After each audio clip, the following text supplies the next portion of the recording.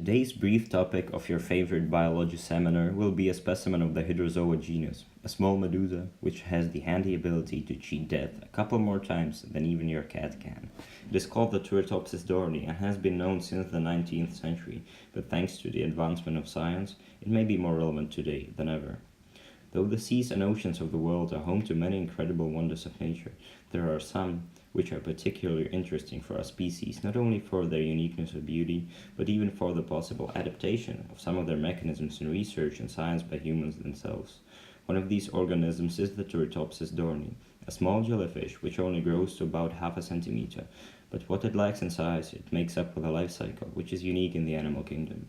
It can revert back to its sexually immature polyp stage at any moment in its life cycle, therefore reversing its aging process, almost as if going back in time to live its life again. Theoretically, this means that the Turritopsis dohrnii is immortal, but as they still get eaten and stuff, we call them biologically immortal. This makes them one of the very few organisms with similar abilities. In this video, we focus on their life cycle. The life cycle of each individual begins with fertilization, a process which begins when sexually mature individuals release their gametes into the open waters.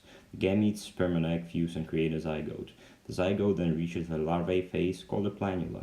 A planula is free-swimming and eventually settles on a suitable substrate, forming a sessile polyp, which becomes a hydroid colony. In this phase, a process called budding or strobilation takes place, wherein new immature zooids separate or bud off of the hydroid colony. The next stage, right after strobilation, is called an ephora, which matures into a medusa, the only sexually active stage of a jellyfish's life cycle. It releases gametes, ensuring the production of new offspring. The life cycle of all other species ends here. However, it sure doesn't for our Turritopsis dohrnii. When stressed or put into a dangerous situation, it turns into a ball of tissue, which sinks to the bottom of the ocean.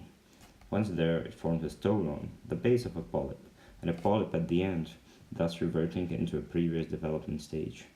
In order to do this, the individual cells have to undergo a remarkable process called transdifferentiation.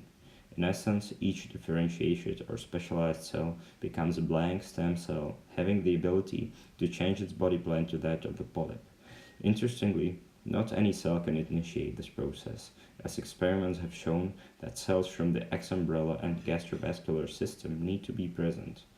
Another factor that comes into play is the maturity of the medusa.